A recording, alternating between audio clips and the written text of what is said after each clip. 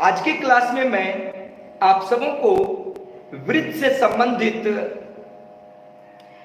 बताने जा रहा हूं, जिसमें कि वृत्त का क्षेत्रफल।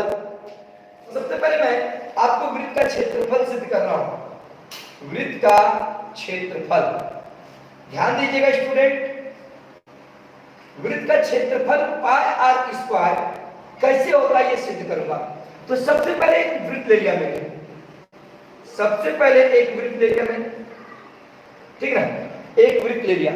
अब इस वृत्त की त्रिज्या मैंने क्या मान लिया, आर मान लिया, यानी ये केंद्र हो गया और यहां से यहां तक की दूरी क्या हो गई, त्रिज्या।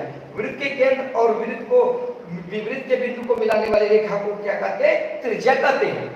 अब देखो स्टूडेंट, तो वृत्त का क्षेत्रफल मुझे निकालना है, तो सभी स्टूडेंट ध्यान दीजिएगा। अब देखिएगा, अब इसको त्रिभुजों में बांट देते हैं, ठीक है। देखिए ये त्रिभुज एक हो गया, ये त्रिभुज दो हो गया, ये त्रिभुज तीन हो गया, ये त्रिभुज चार हो गया, ये त्रिभुज पांच हो गया, ये त्रिभुज छह हो गया, ये त्रिभुज आपका सात हो गया और ये त्रिभुज आपका आठ हो गया, ठीक है, आठ हो गया, ठीक है। ये मान लीजिए आठ हो गया, इसे भी मान लीजिए नौ, कोई दिक्कत नहीं, ये त्रिभुज नौ हो गया। तो अब देखिए ध्यान दीजिएगा, तो सभी स्टूडेंट जानते हैं कि त्रिभुज का क्षेत्रफल बराबर जो होता है 1/2 आधार गुना ऊंचाई 1/2 × b × h, ये होता है ना। तो अब देखो स्टूडेंट, इस वृत्त का जो क्षेत्रफल होगा, इसका मतलब त्रिभुज नौ को 1 2 3 4 5 6 7 8 9 नौ त्रिभुज का क्षेत्रफल जोड़ देंगे तो ये पूरा वृत्त का क्षेत्रफल निकल जाएगा। तो अब देखो वृत्त का जो क्षेत्रफल होगा, दिखाई दे रही है स्पष्ट, वृत्त का क्षेत्रफल बराबर क्या होगा, ध्यान दीजिएगा, त्रिभुज एक का क्षेत्रफल जोड़, ये त्रिभुज एक का क्षेत्रफल, ये त्रिभुज देखिए ये त्रिभुज है, और फिर त्रिभुज दो का क्षेत्रफल, ध्यान दीजिएगा, plus dot dot dot dot कितना त्रिभुज है, 9, यानी 9 त्रिभुज तक का क्षेत्रफल, त्रिभुज 9 का क्षेत्रफल।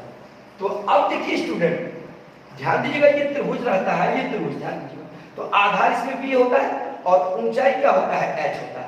तो मान लीजिए कि ये देखिए ये समकक्ष है, आधार के समकक्ष में ये है, तो ये b1 आधार मान लीजिए, ये b2, ये b3, b4, b5, b6, b7, b8, b9, ठीक ना, ये आधार हो गया।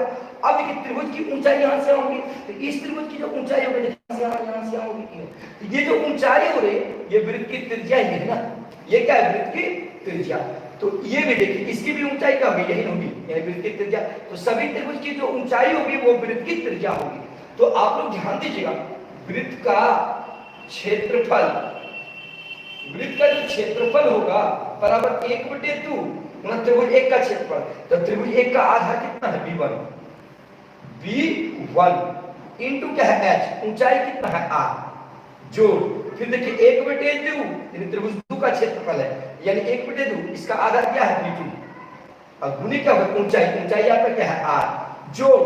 इसी तरह चलते जाएंगे नौ त्रिभुज तक, अंत में कहां जाएंगे, नौ डॉट डॉट डॉट डॉट 1/2 गुना 9 में करेंगे, यानी b9 और गुना ऊंचाई क्या होगा, देखिए वही r, यानी त्रिभुज 9 है। अब देखिए स्टूडेंट यहाँ पे 1/2 r 1/2 r 1/2 r कॉमन आएगा कि नहीं, तो 1/2, अब देखिए क्या कॉमन आएगा, r कॉमन आएगा। देखिए 1/2 r कॉमन लिए क्या बच जा रहा है, b1 plus b2 plus b3 plus dot dot dot dot b9।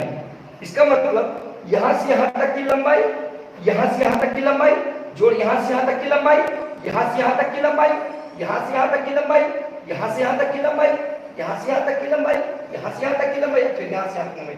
इसका मतलब यहां से यहां तक की कुल लंबाई जो हो गई वो क्या हो गई, वृत्त की परिधि हो गई कि नहीं। इसका मतलब b1 plus b2 plus b3 plus b9, इसलिए यहां देखिए, इसलिए b1 प्लस b2 यानी b1 plus b2 plus b3 plus b4 plus b5 plus b6 plus b7 plus b8 b9 equal to होगा वृत्त की परिधि b1 plus b2 plus b3 plus dot dot dot b9 equal to जो होगा वो क्या हो जाएगा, वृत्त की परिधि, क्या हो जाएगी, वृत्त की परिधि।